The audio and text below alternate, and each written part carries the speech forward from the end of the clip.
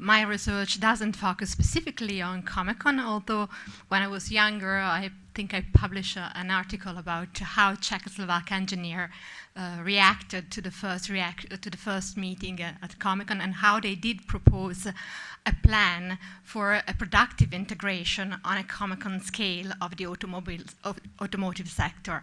Now, actually, I push forward this project. Many years have passed, and I've done many other projects that not particularly, okay. Yes, in the last 10 years since I published that article, I work again on my case studies on Škoda Auto. I studied the history of the Czech automotive producer from 1918 to 1980s or even 90s perhaps. I published on Fiat Auto, the Italian company.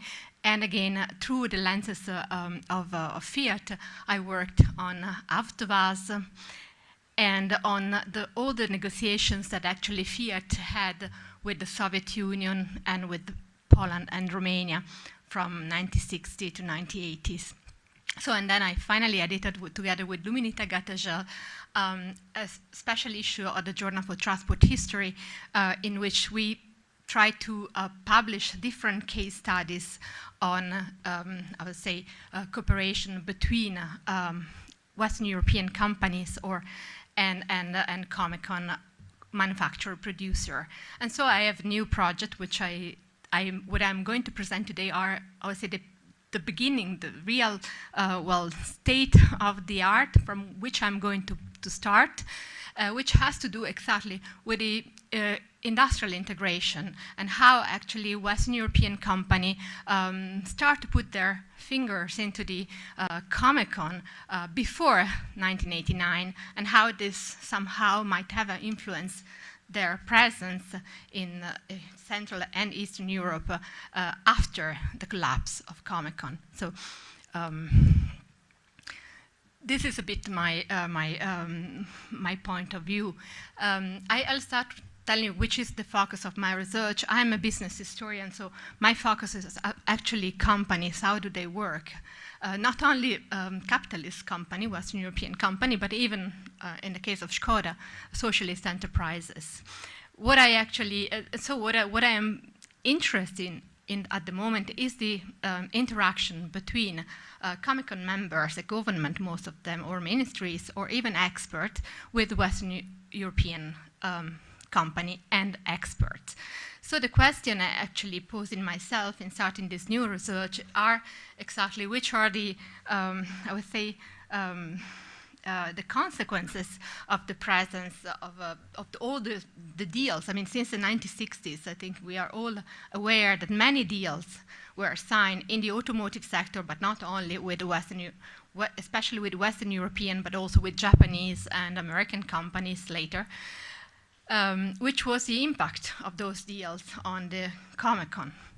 And on the other side, because my focus is really micro compared to what I heard until now, is also how this changed the perception of experts. I'm actually taking from organizational science the concept of organizational narratives, because my object of studies are companies, so I have to see how these experts were actually perceiving their factory and their role in the factory, how the organization was built. This is important because after 1990s, all those so-called historical narratives, so narrative about the history of the company, were used in the privatization process. So I think this is, even if not directly relevant with Comic-Con, it's an approach which might be useful, even though it is really, really micro.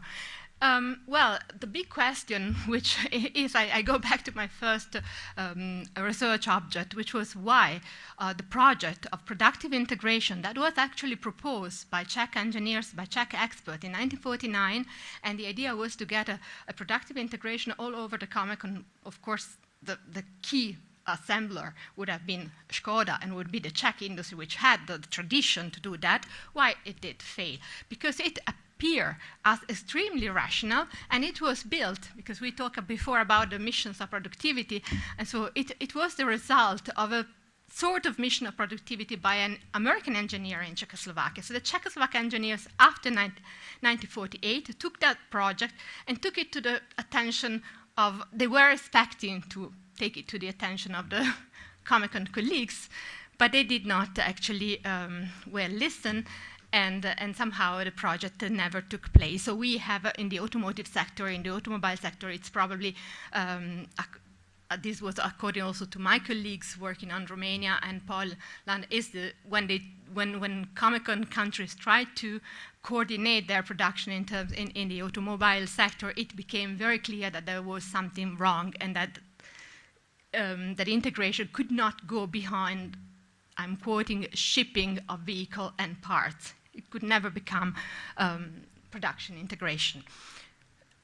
So my sources, exactly, since I have an approach which is not traditional, I would like to make a point, and also about the risk about this kind of approach. My approach to Comecon is an approach indirect. So I'm using sources which do not tackle the problem of Comecon. I take information which comes from different archives, mainly, yes, also state archives, but mainly company archives, both enterprise archives in the socialist countries, but also Western European archives, especially Fiat, ENI, and others.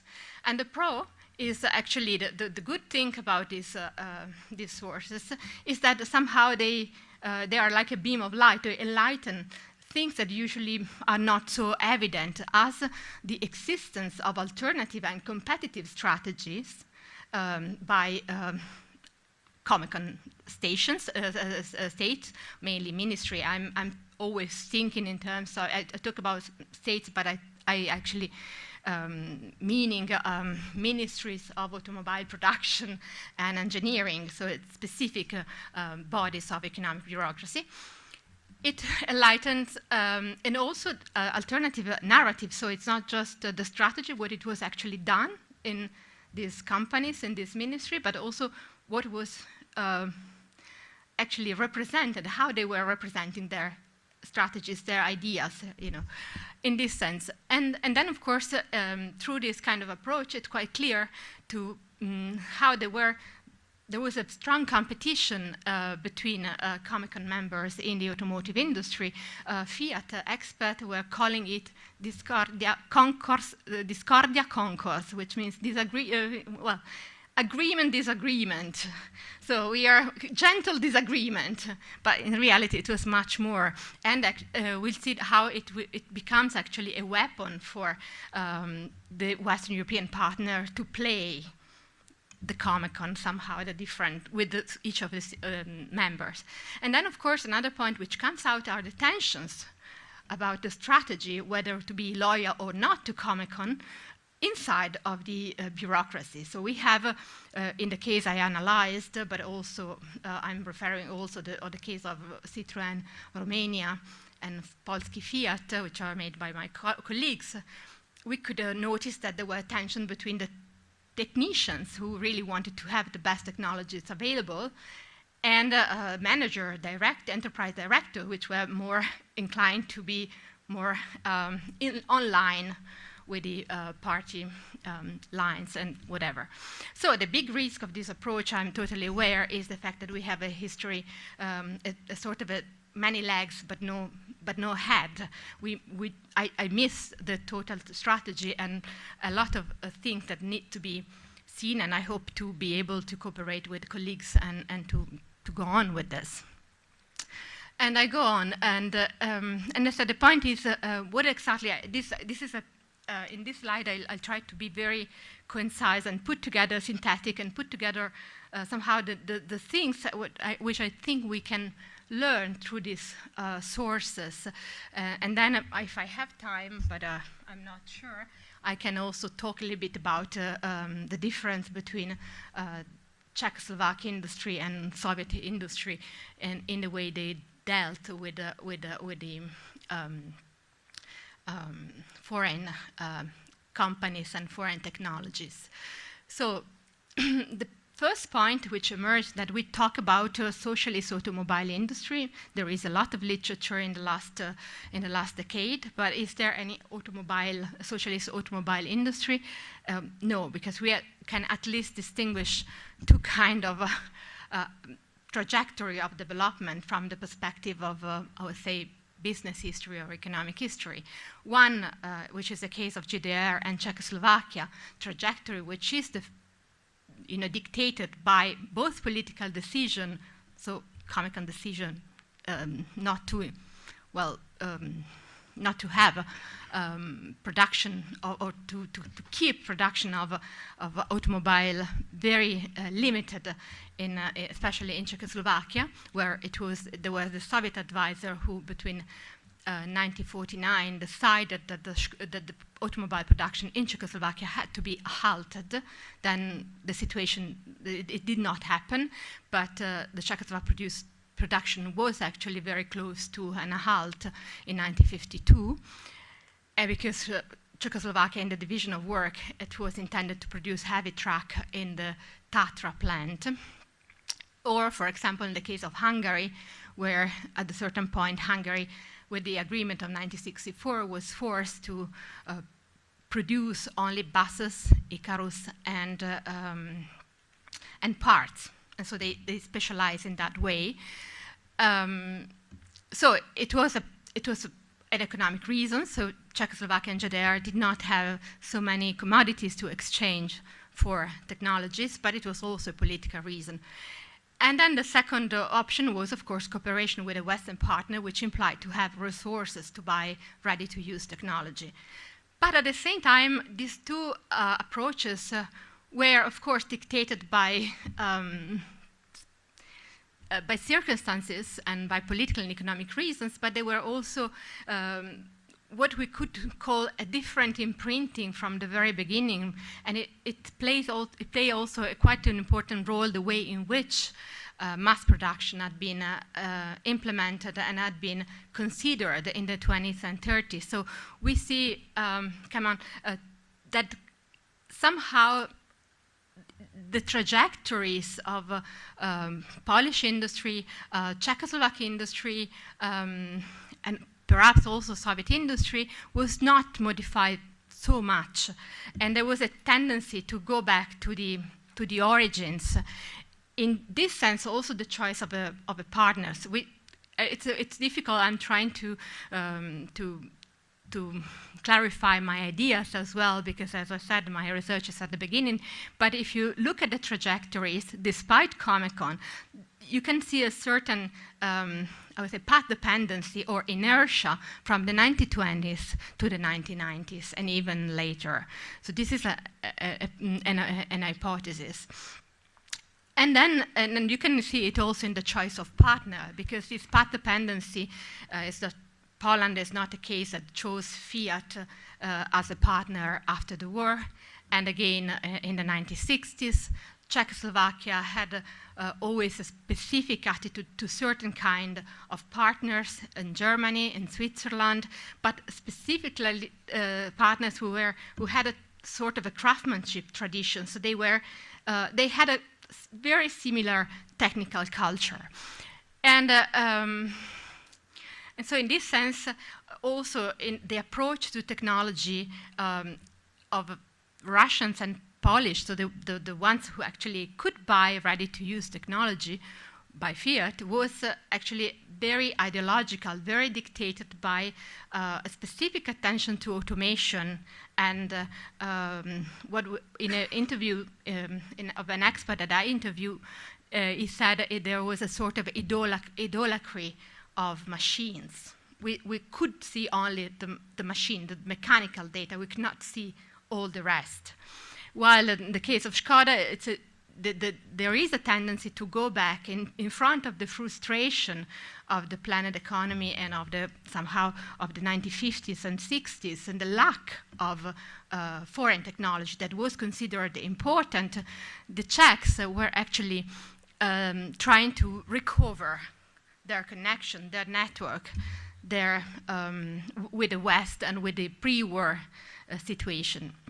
So another point which comes out and it's quite interesting from all those deals, is that and it has to do with productive integration, that the co-design of a car was extremely difficult to get. Also for, in the case of Russian, Italian-Soviet agreements.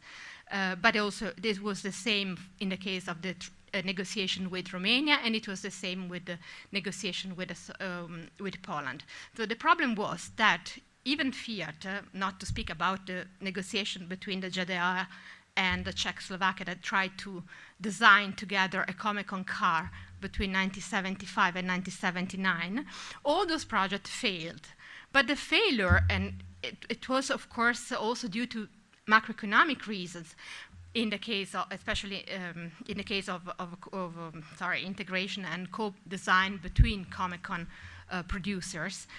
It was a success. It did not fail in the case of Fiat and Soviet and Polish and Soviet and Romanian and Soviet agreements, although it was extremely difficult because at the end the meaning of this car was so much related to the national identity. So all those cars were invested of specific national meanings and national importance, that to somehow renounce to have the national people car, even though it had to be socialist, was actually not acceptable. And this was a case absolutely also in the case of Fiat. The negotiation after the VAS, after the production of 124, after 69, all the negotiation failed because actually the Soviets, especially the NAMI, didn't want to give up the design of the car. They wanted to design their own car, and they needed Fiat technology to put it, to make it, work. But the design had to be Soviet. The design had to be Polish. The design had to be, so it was an incredible resistance to that. Then, as I said before, an important aspect that we get from the documentation of the negotiation between especially Western multinationals and this automobile producer in the Comecon is the fact that Western multinationals were very aware of the disagreement and of this Concordia Discord among Comecon members, and so they were actually negotiating each deal separately with a very attention. They were very careful not to exploit the tension, but not to create conflict. So the problem was, how can I sell the Romanian a model which is not identical, but it is similar to the Soviet? What happens if I sell to the Romanian a better model than the one that I'm selling to the Soviets? So they knew that somehow, since for most of these experts that were negotiating with them, the problem was the absolute modernity of the model. They really wanted to have the best model possible. They had to play somehow the game to try to sell different cars, different models, was slightly difficult. And so, again, as I said before, there were internal conflicts in deciding which and how to import this technology inside of the bureaucracy. This was very harsh. In the case of Fiat, it is quite evident in the case of VAS, because while the expert at NAMI wanted to have a certain model and a certain production, the manager had to impose another one. Then at the end, I would say the needs of have a quick set in motion of the plant and a model which had already been produced somewhere else and so was already tested, that one. But as I said, later on, technicians had their revenge. Then another problem is we talk about automobile, but this is another perspective which might be extremely wrong when we talk about these things, because it was never automobile. Automobile was one product, one deal, and behind these deals there were 100. I'm explaining myself. Renault and Fiat were groups, and so they had different production, sometimes not so much related. So every time that they were negotiating to offer some technology, like automobile technology, behind there was the need of these companies to find a market for other companies controlled by the group or company which they were linked in some way through ownership agreement or these other things. So for example, in the case of Buzz, the companies involved were oil and petrol, E&I. It was, of course, rubber. It was parts, but it was also chemistry and agricultural machinery. So it's extremely difficult to analyze this relation from the point of view of a sector, because the idea of the sector can be very limiting, especially whenever we want to emphasize the automobile and the product of automobile, which was not such an important thing. So I'm actually not going through all the story because I ran out of time, and I think probably it was not the case, but I go to the conclusion.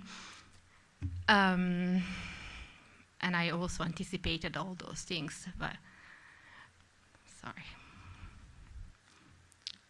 Okay, yes. So, well, I wouldn't talk about socialist automobile industry or Comic-Con automobile industry. I would make a lot of differences. The car was such a symbol of national achievement, and this was, of course, one of the reasons that was so difficult to find I will say a path towards productive integration.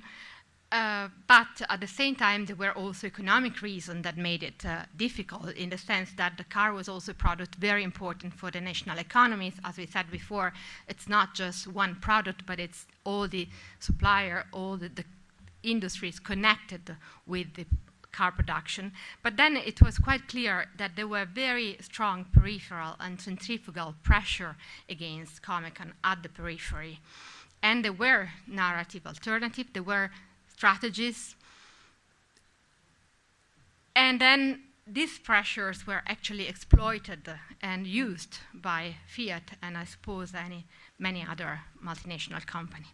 Thank you for your attention, and sorry, I'm not used not to be able to see my PowerPoints.